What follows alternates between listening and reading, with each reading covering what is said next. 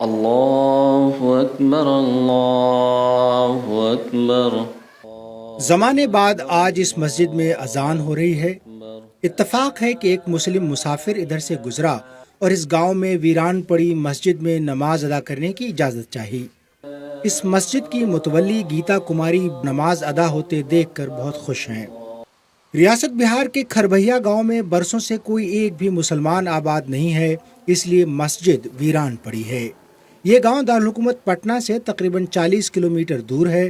اس مسجد میں کوئی اذان دینے یا نماز پڑھنے والا نہیں ہے، تاہم اس کی دیکھ بھال کی ذمہ داری پڑوس میں رہنے والی گیتا کماری اور ان کے بھائی کوشل کشور نے لے رکھی ہے۔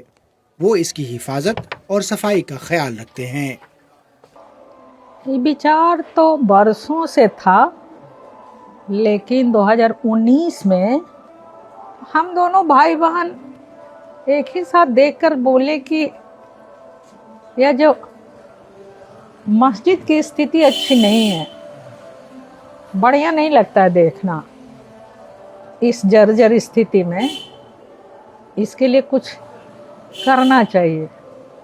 اور اسی کے بعد اس کا نرمان کاریہ شروع ہوا۔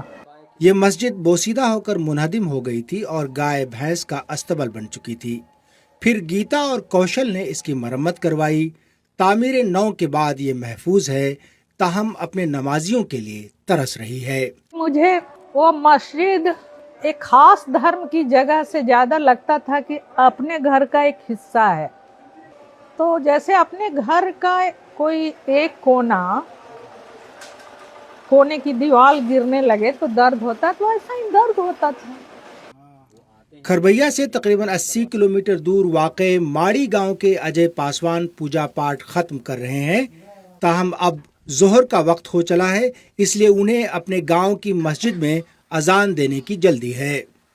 تقریباً 200 برس پرانی یہ مسجد بھی اب مسلمانوں کی موجودگی سے محروم اور ایک طرح سے ویران پڑی ہے۔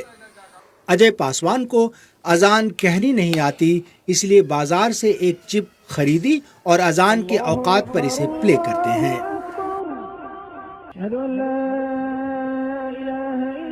یہ پروگرام ایک ہو گیا۔ ہم 3 دوست تھے، ٹھیک ہے، تو یہ راستے سے آ رہے تھے، آئے تینوں مل کے۔ اب تینوں مل کے آئے تو بیٹھے، بات وچار ہوا، تو یہ جو فرش دیکھ رہے ہیں اس میں بہت جنگل تھا، تو تینوں مل کے صاف کرنا چالو کر دیے۔ صاف کرتے کرتے کرتے مطلب اب سوچے نہیں ایسا نہیں ہوگا، یہ فرش کے بنایا جائے۔ فرش کے بنا دیے۔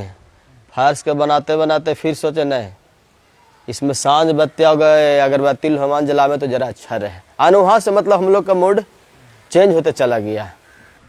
پھر سوچے نہیں مائک لاؤ اور ایگو مشین لاؤ، انجام دینا شروع کر دو۔ مسجد میں نہ تو کوئی امام ہے، نہ ہی کوئی مؤذن، اور چونکہ گاؤں میں اب کوئی مسلمان رہتا ہی نہیں، اس لیے نماز پڑھنے کے لیے کسی کے مسجد میں آنے کی توقع بھی نہیں ہے۔ بس کسی وقت یہاں باقاعدگی سے نماز ادا ہونے کی یادیں باقی ہیں، اور وہی یادیں ماڑی کے ہندو باشندوں کے دل و دماغ پر نقش ہیں۔ ٹائم گھٹتا بڑھتا ہے نا، اس طرح سے انجان 5 وقت انجانا پڑتا ہے، سمجھے۔ نماز تو ہوتا نہیں، اس لیے کہ ہم محرم کوئی رہتے ہیں نہیں، تو نماز نہیں ہوتا ہے، سمجھے، اس لیے نماز ہی رہے گا تب نا۔ گاؤں والوں کے دلوں میں مسجد کی تعظیم و تکریم بھی ہے، چنانچہ کسی بھی شادی برات کی تقریب سے قبل یہاں کے لوگ سب سے پہلے مسجد اور اس مزار پر حاضری دیتے ہیں۔ پہلے سے بھی آج کو لوگ بھی سردہ ہے کہ گاؤں میں جب فنکشن ہوتا ہے تو سب سے پہلے اسی میں گوڑ لگا جاتے ہیں، تبھی کہیں جاتے ہیں، باراتی یہاں سے نکلتے ہیں۔